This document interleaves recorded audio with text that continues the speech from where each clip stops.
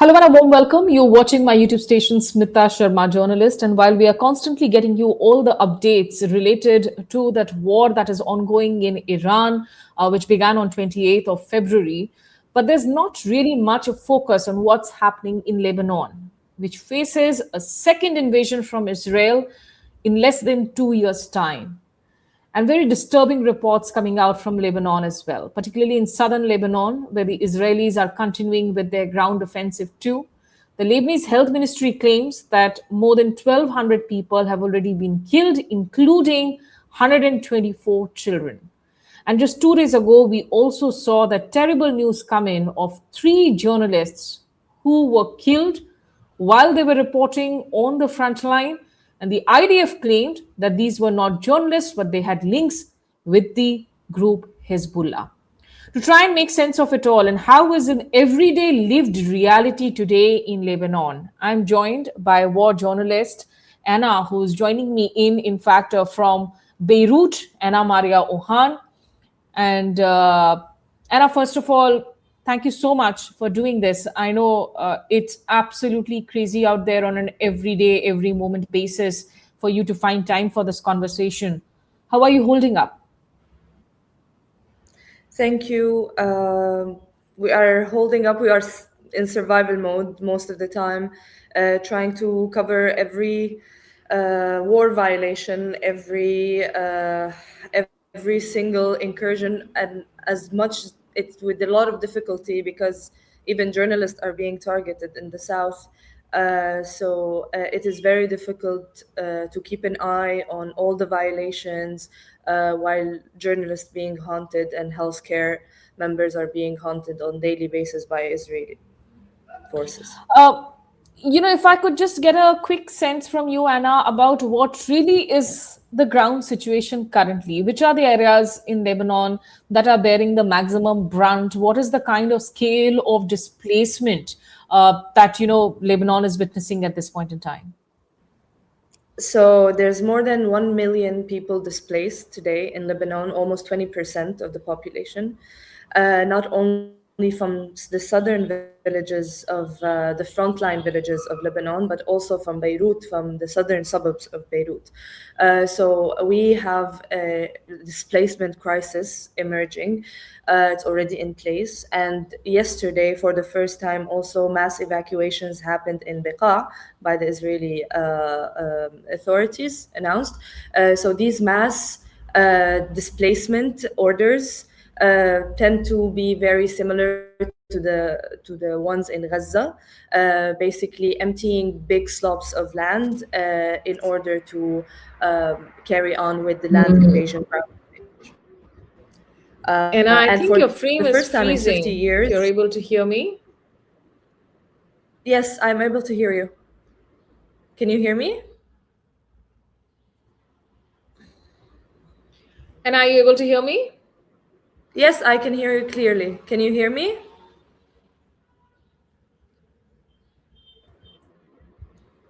Can you hear me? Anna, are you able to hear me?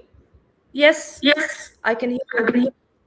Okay, sorry, I think your frame was freezing. Can Oh, you just say something? can you hear me now? Yes, I can. So, Perfect.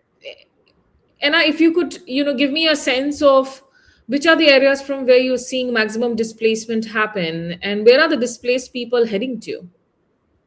So there are many schools open for sheltering, but you can still see people on the streets in tents, putting up tents. Only local activists and activist groups are working to actually support these families.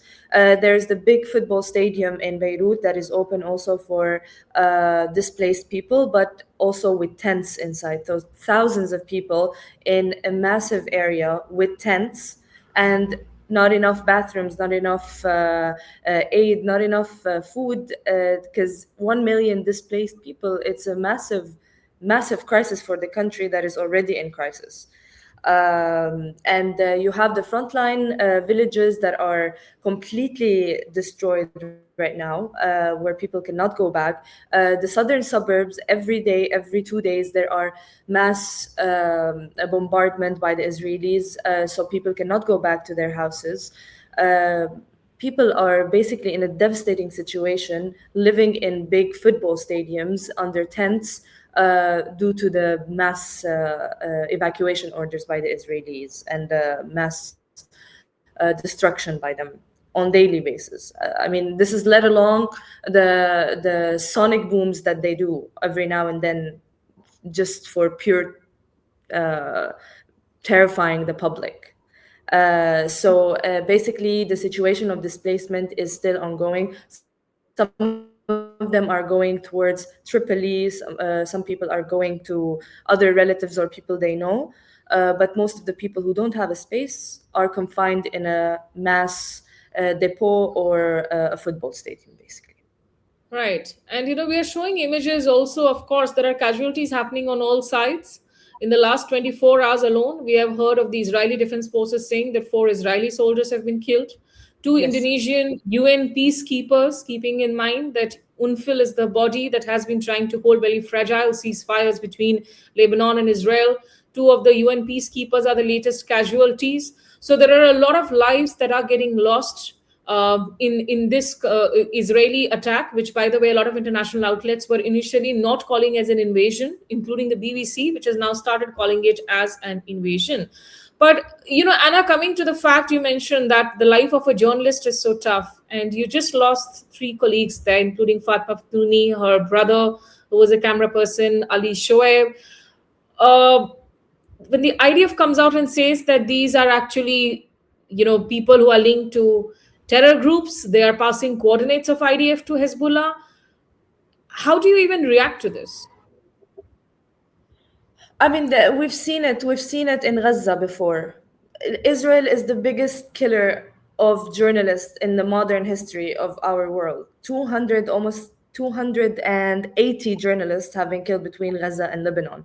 And in Lebanon alone, 26 journalists have been killed, first of whom was my one of my good friends, Isam Abdullah, while covering the previous war.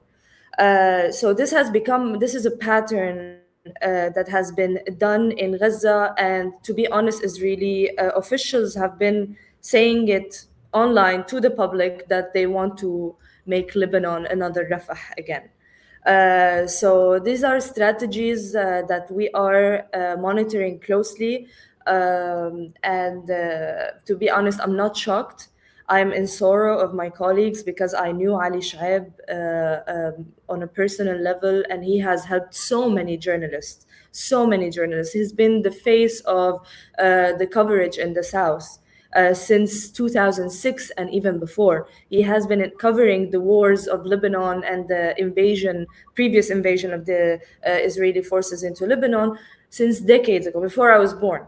So this kind of statements by the Israeli media saying that these journalists are associated with a certain political or even armed groups is completely uh, it's a complete propaganda that we have seen before in Gaza. So even hitting healthcare members. I mean, healthcare members. There was an individual who works in healthcare, graduated from the American University of Beirut, who was also killed. So this distinction failed by them, to be honest, because there is no distinction when it comes to healthcare and journalism. We are protected by international law, no matter our political ideologies or opinions. We have a duty to carry with a microphone, and we do not go beyond that microphone. And this is actually, I believe, the microphone is much more scary for the Israeli forces than any other weapon, to be honest, because Isam Abdullah was killed directly. The Reuters correspondent was cameraman was killed directly in 2023, only for holding his camera and showing the Israeli violations. Right. So when this is what you're looking at, I mean, all these journalists reporting from the front line, wearing their press vests, there are international SOPs which clearly lay out that you're not supposed to be targeting peacekeepers, not supposed to be targeting health workers. All of these norms continuously being floundered right from Gaza to, of course, Lebanon. How do you go out and report on a daily basis, Anna? I mean, what's really the kind of safety precautionary measures that you can take at a personal level at best? To be honest, there isn't any anymore. I mean, we have seen international law, to be honest, fail in front of this aggression. Sometimes we go without our vests so that we are not a target. So our vests became the target eventually. Sometimes I mean, I am trying to cover from Beirut as much as I can, because covering from the south with a slight political opinion against what is happening by the Israeli forces in the south could make you a target for them. And this puts you in a situation where you need to be very careful, not only physically by going to the south, but also with your phone and with your information and with your data, because there are drones all the time, continuously, 24/7 on top of Beirut. I don't know if you've seen the flyers that they published from a warplane on top of Beirut, and we saw them flyers to scan the code and put information in. So they are the Israeli authorities are working on several stages, not only militarily, but also through propaganda and through psychological warfare. And this is not something new. They have done it in Gaza, and they are doing it again here. And as you can see on your screen, Ali Shaib, he was one of the people who did not fear to stand on his land while an invasion happening behind him. So this scares the perpetrators. This scares to this scares changing the mindset of the population also, Right. especially in this kind of this times. I mean, I was telling you previously that for the first time in 50 years, the Israeli authorities have used the Hermon Mountains, the occupied Hermon Mountains, recently occupied in Syria, by the Israeli forces to enter southern Lebanon, to initiate their invasion into southern Lebanon. So now they are using Syrian land to enter to South Lebanon, to encircle the villages and do a bigger operation into deeper into Lebanon. So they call it a limited ground operation, but if you look at the map right now, it's a mass. It's an invasion. Let's call it as it is. It's an invasion from all sides, from the south. I mean, there are a lot of there's clashes happening in Khiam, and they are trying to enter even more towards the Litani River. And their aim, I mean, I don't have to say it. The Israeli officials continuously say it online in their statements that they Right. want the Litani River. They want to reach the Litani River and they want to occupy until the Litani River. So this is what we are anticipating now. And to be honest, we can't analyze what could happen, but what we know that the ground invasion will intensify and be deeper in the coming days. We do have a statement that is reportedly being attributed to the Israeli Defense Minister, Katz, who is saying that at the end of the operation, the IDF will position itself in a security zone inside Lebanon on the defense line against anti tank missiles and will have security control over the entire area up to the Litani River, including the remaining Litani bridges, determined to separate Lebanon from the Iranian arena and to change the situation in Lebanon once and for all, with an idea of security presence in the necessary location, something that you were, of course, talking about just a short while ago. And if I may also understand, how strong does the Hezbollah really remain? And this argument of the Israelis that the Hezbollah is continuously using human shields, residential areas to operate out of, which is why they are going after these areas. Your response to these arguments. I mean, my response is really like, if you want to know, I will tell anyone if they want to know about the situation in the south to read the 82, the invasion of the 70s, and up to the 2000s, what was happening in south of Lebanon. As we all know, here in Lebanon, during the first invasion of Israel, the Lebanese army withdrew from the south. And what took place was people from the village being getting armed and defending their land and their houses. This time, yes, it is different because it's a political party eventually in Lebanon. It's a political party within the government, so the government is split in itself.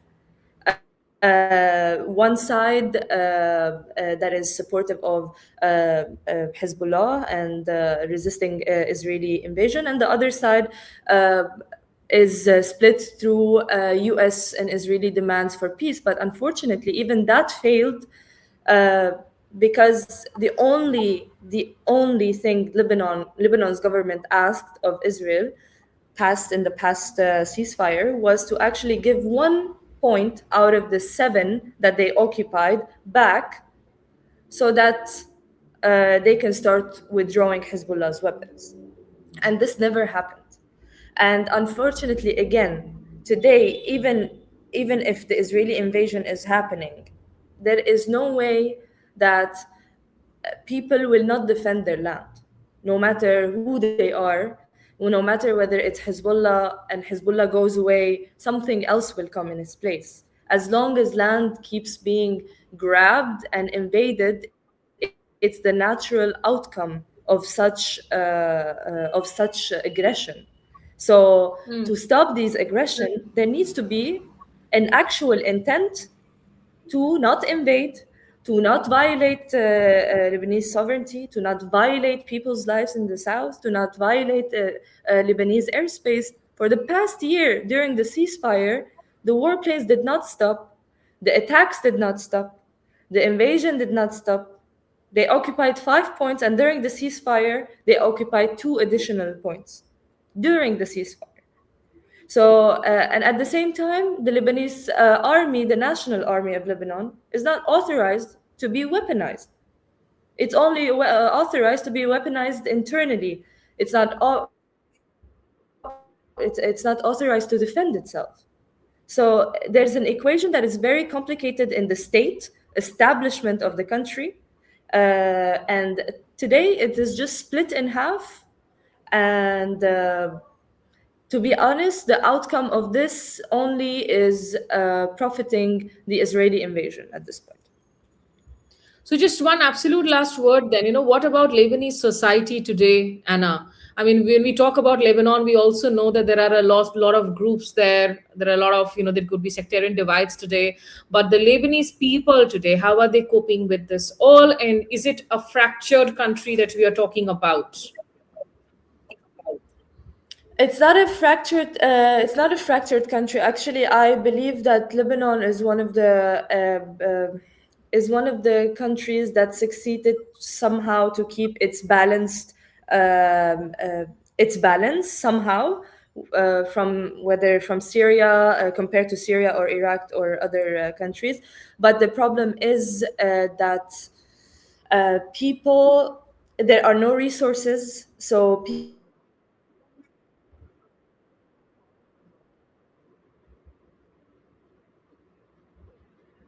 Right. Hello? Hello, Anna, can you hear me? people are really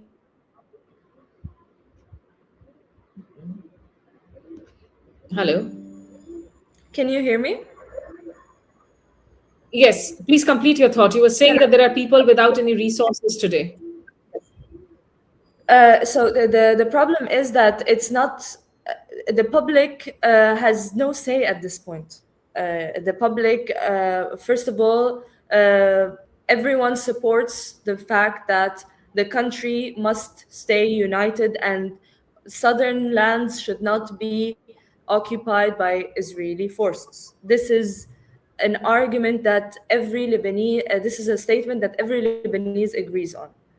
So the South, as long as the South is occupied, the population will not agree to any peace talks, will not agree to any compromises more. Because eventually, if they cross the Litani River, like there is only it's only time for them to advance even more.